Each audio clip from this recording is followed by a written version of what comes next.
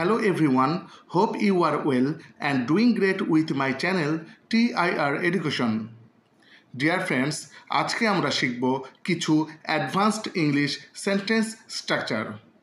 তো চলো শুরু করা যাক। এমন ধরনের কথাগুলো আমরা প্রায় বলে থাকি, যেমন আমার সময় নেই, আমার টাকা নেই, তার নতুন ব্যাগ নেই।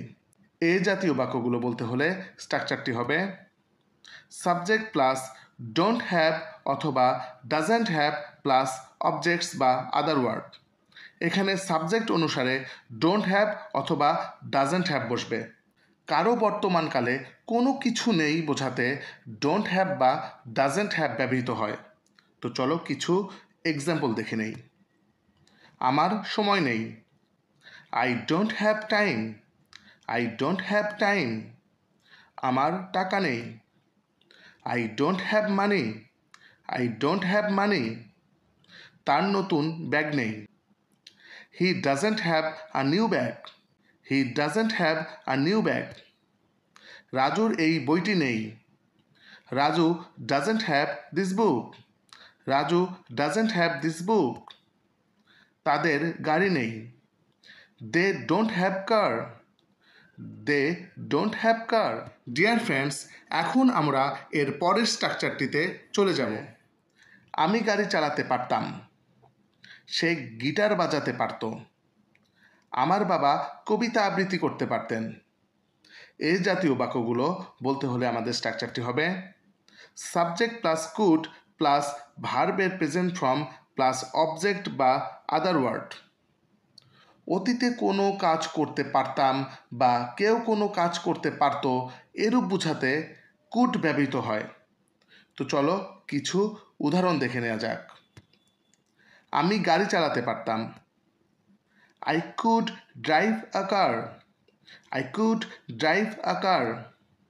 সে গিটার বাজাতে পারত, she could play guitar, she could play guitar. আমার বাবা কবিতা আবৃত্তি করতে পারতেন, my father could recite poems, my father could recite poems. তারা ছবি আঁকতে পারত, they could draw picture, they could draw picture. তারা ফুটবল খেলতে পারত, they could play football, they could play football. Dear friends, now it's your time.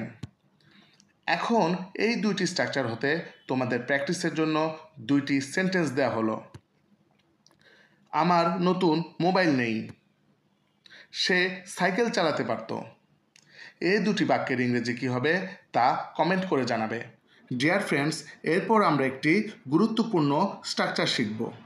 ধরনের কথাগুলো আমরা প্রায় বলি, যেমন আমি তোমাকে দেখে আনন্দিত, তারা এই বইটি পড়ে আনন্দিত, সে এই চাকরিটা পেয়ে আনন্দিত।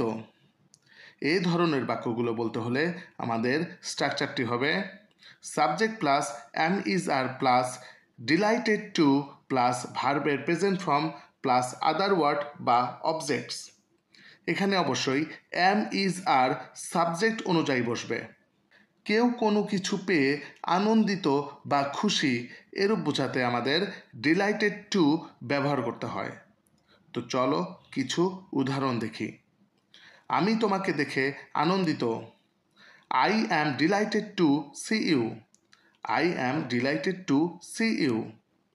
তারা এই বইটি পড়ে আনন্দিত, they are delighted to read this book, they are delighted to read this বুক।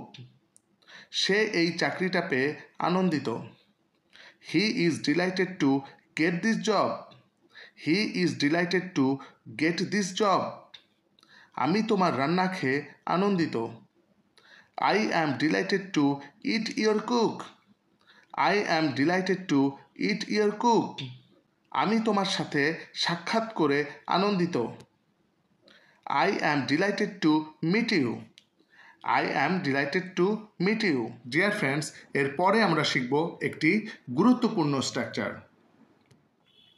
আমি ধূমপান করি না বললেই চলে, সে বাজারে যায় না বললেই চলে, বাবা গরুর মাংস খান না বললেই চলে, এই ধরনের বাক্যগুলো বলতে হলে আমাদের স্ট্রাকচারটি হবে সাবজেক্ট প্লাস হার্ডলি প্লাস ভার্বের present form plus other word. কোনো কাজ একেবারে করা হয় না বললেই চলে, এরূপ বোঝাতে আমাদের হার্ডলি ব্যবহার করতে হয়। তো চলো কিছু উদাহরণ দেখি। আমি ধূমপান করি না বললেই চলে, I hardly smoke, I hardly smoke. সে বাজারে যায় না বললেই চলে, he hardly go to the market, he hardly go to the market. বাবা গরুর মাংস খান না বললেই চলে, father hardly eat beef, father hardly eat beef. সে আমাকে কল করে না বললেই চলে, he hardly calls me, he hardly calls me. তারা সকালে হাঁটে না বললেই চলে, they hardly walk in the morning, they hardly walk in the morning.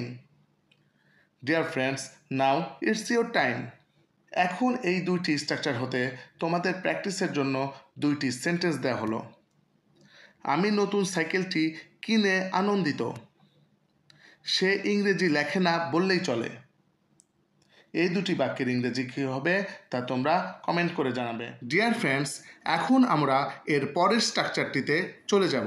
দৈনন্দিন জীবনে এমন ধরনের কথাগুলো প্রায় বলি, যেমন ভাত রান্না হচ্ছে, মাছ ধরা হচ্ছে, চিঠি লেখা হচ্ছে।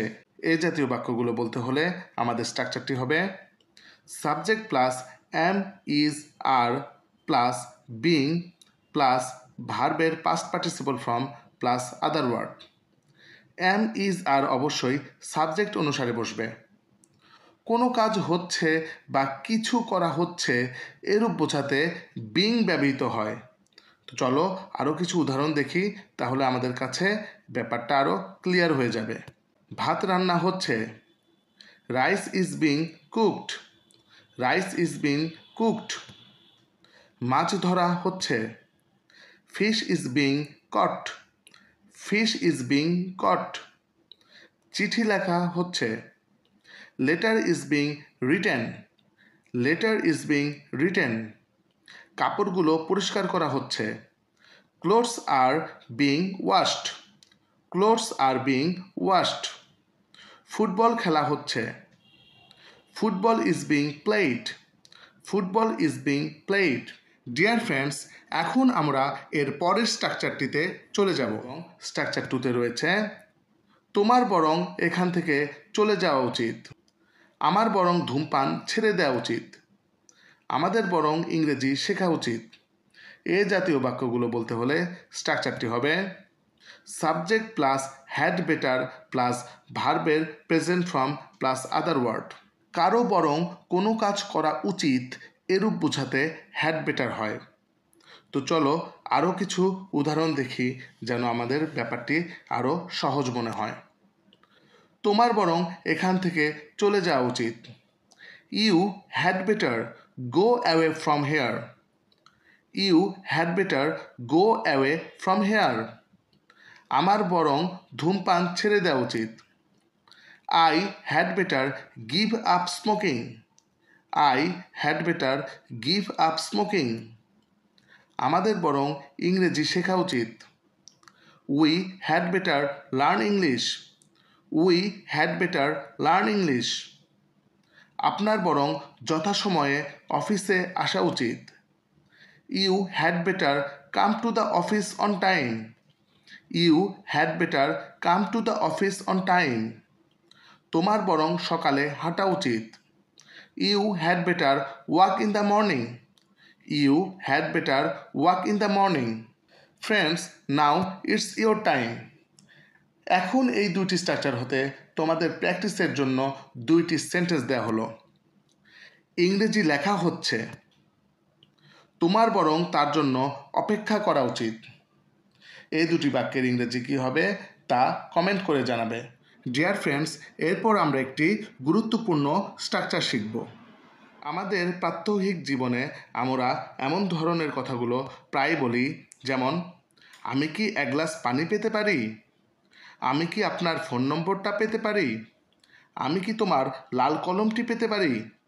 এই জাতীয় বাক্যগুলো বলতে হলে স্ট্রাকচারটি হবে can I have plus other word plus একটি কোশ্চেন মার্ক। কারো কাছে কিছু চাইতে বা অনুরোধ করতে ক্যান আই হ্যাভ ব্যবহৃত হয়। তো চলো কিছু উদাহরণ দেখি। আমি কি এক গ্লাস পানি পেতে পারি? Can I have a glass of water? Can I have a glass of water? আমি কি আপনার ফোন নম্বরটা পেতে পারি?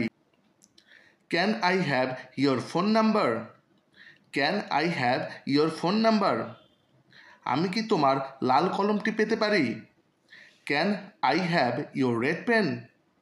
Can I have your red pen? আমি কি আপনার ঠিকানাটা পেতে পারি? Can I have your address? Can I have your address? আমি কি 1 কেজি পেঁয়াজ পেতে পারি? Can I have a kilogram of onion? Can I have a kilogram of onion? Deer friends, এরপরে আমরা শিখব একটি গুরুত্বপূর্ণ স্ট্রাকচার। কথাগুলো আমরা প্রায় বলে থাকি, যেমন আমার কি তার জন্য অপেক্ষা করা উচিত? তোমার কি সময় অপচয় করা উচিত? আমার কি সেখানে যাওয়া উচিত? এই জাতীয় বাক্যগুলো বলতে হলে স্ট্রাকচারটি হবে শুড প্লাস সাবজেক্ট প্লাস ভার্বের present form plus other word plus একটি কোশ্চেন মার্ক। আমার কি উচিত বা তোমার কি উচিত এরূপ বোঝাতে শুড ব্যবহার করতে হয়। তো চলো কিছু উদাহরণ দেখি। আমার কি তার জন্য অপেক্ষা করা উচিত? Should I wait for her? Should I wait for her? তোমার কি সময় অপচয় করা উচিত? Should you waste your time? Should you waste your time? আমার কি সেখানে যাওয়া উচিত? Should I go there? Should I go there? আমাদের কি গ্রামে বেড়াতে যাওয়া উচিত? Should we visit in the village? Should we visit in the village? আমার কি বৃষ্টিতে ভেজা উচিত? Should I wait in the rain? Should I wait in the rain? Friends, now it's your time. এখন এই দুইটি স্ট্রাকচার হতে তোমাদের প্র্যাকটিসের জন্য 2টি সেন্টেন্স দেওয়া হলো। আমি আপনার ছাতাটা পেতে পারি? আমার কি তার সাথে যাওয়া উচিত? এই দুটি বাক্যের ইংরেজি কী হবে তা কমেন্ট করে জানাবে। আশা করি ভিডিওটি তোমাদের উপকারে লেগেছে। চ্যানেলটিতে নতুন এসে থাকলে অবশ্যই সাবস্ক্রাইব করে নিও। See you in the next video. Goodbye.